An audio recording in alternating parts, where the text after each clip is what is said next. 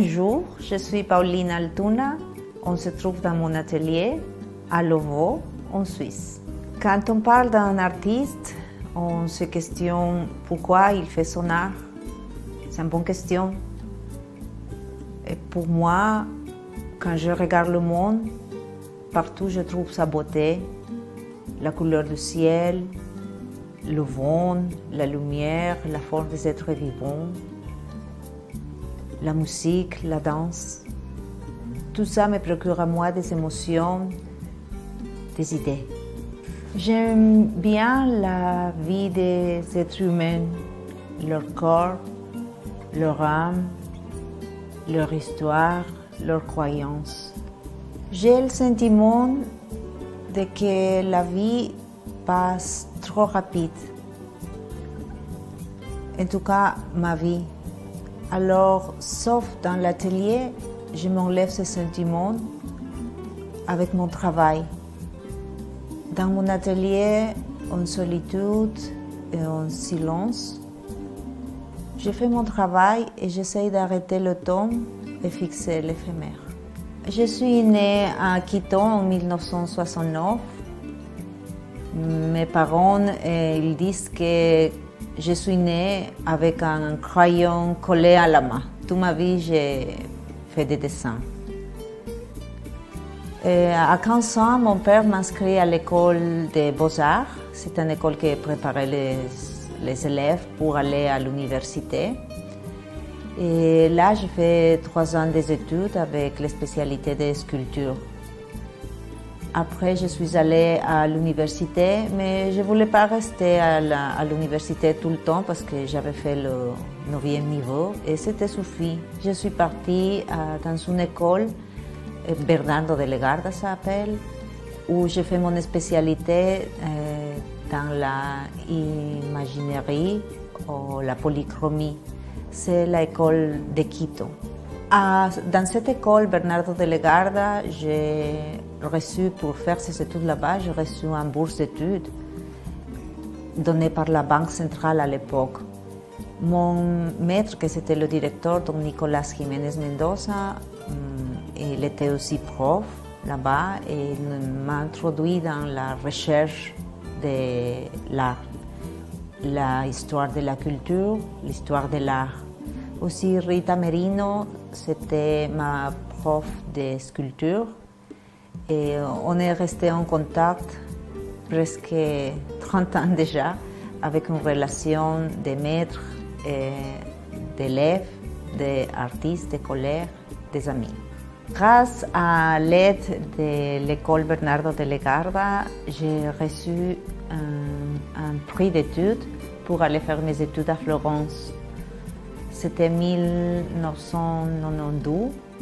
Je suis partie à Florence et là, j'ai resté plus d'un an et j'ai fait des études de la Renaissance, le dessin, la peinture et aussi les sculptures avec le maître Raymond Riachi.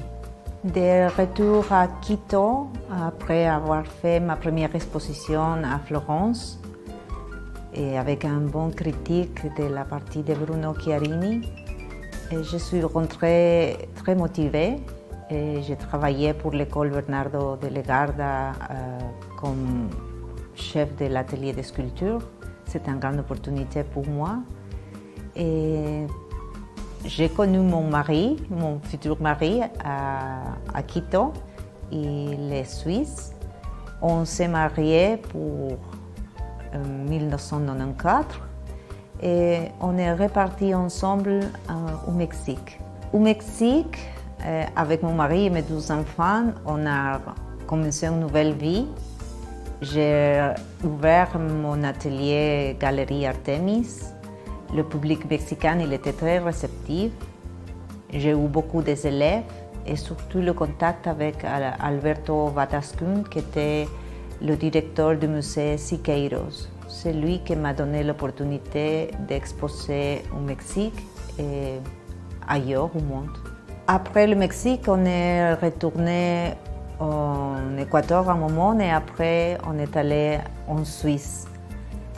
Après, j'ai repris mes études à Genève. j'étudiais le français, mais aussi je suis rentrée à l'école des beaux-arts de Genève. Là, j'ai appris un peu sur l'art conceptuel, mais surtout, j'ai encadré mon travail dans la démarche de la sculpture et la peinture, les arts plastiques. Après mes études à l'école des beaux-arts de Genève, j'ai commencé ma première série de travail en Suisse, que c'était la salsa. Dans la salsa, j'essayais de mettre en valeur les valeurs de la culture de mon continent. Et je crois que la salsa elle représente bien cette culture parce que si on a une valeur importante et que ça impose au monde, c'est notre joie de vivre.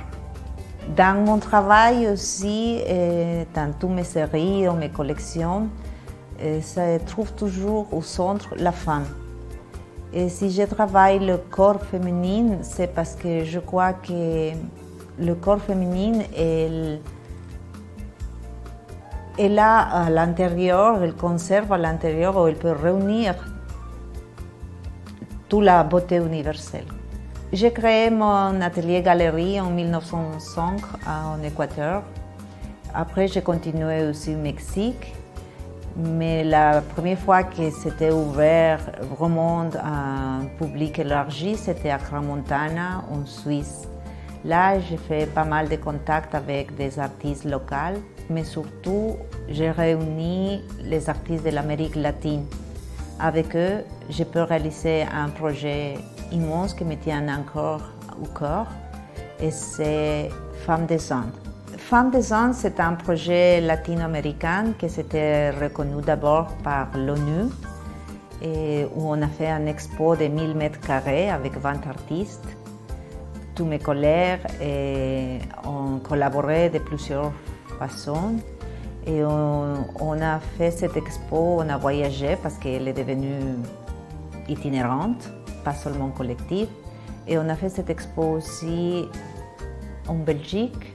Après, on est allé à Lima, Pérou, à la galerie de l'université UNIFE. Après, on était invité à la Casa de la Cultura à Quito. Et on va le faire peut-être en France. Et cette expo des Femmes des Andes, cette expérience était tellement importante et d'une transcendance intéressante parce que je peux développer ce projet qui c'était au début intellectuel et je le fais pratique. Alors en Équateur, dans ma maison où j'ai un atelier, un immense atelier, j'ai construit d'une façon des petits endroits où je pouvais réunir les femmes de la campagne pour les introduire tout ça de ce qu'on parle dans cette expo. Ça veut dire la récupération de notre identité, les droits des femmes, et la préservation de la culture primitive. Au Centre culturel des Femmes des Andes, à Tumbaviro, Équateur, on a fait beaucoup de travail avec les femmes. Et cette année, par exemple, on a déjà fait notre première exposition avec des artistes locaux et aussi avec des artistes invités. On a eu un artiste, une femme suisse et une femme française, les deux avec des marches très intéressantes, mais toujours au centre de sa vie, le rapport avec la culture équatorienne. Aussi, on a invité un photographe qui travaille à la récupération, à l'écologie plutôt. Alors, ce travail, c'est important pour partager avec les gens là-bas, parce qu'on fait un travail, je peux dire, pas seulement de récupération, mais aussi on essaye de mettre la culture, de démocratiser la culture dans notre pays. Quand on la vit avec un sens, les gens sont simples et authentiques. L'opportunité de partager ouvre toujours un espace à la célébration et ça à la joie.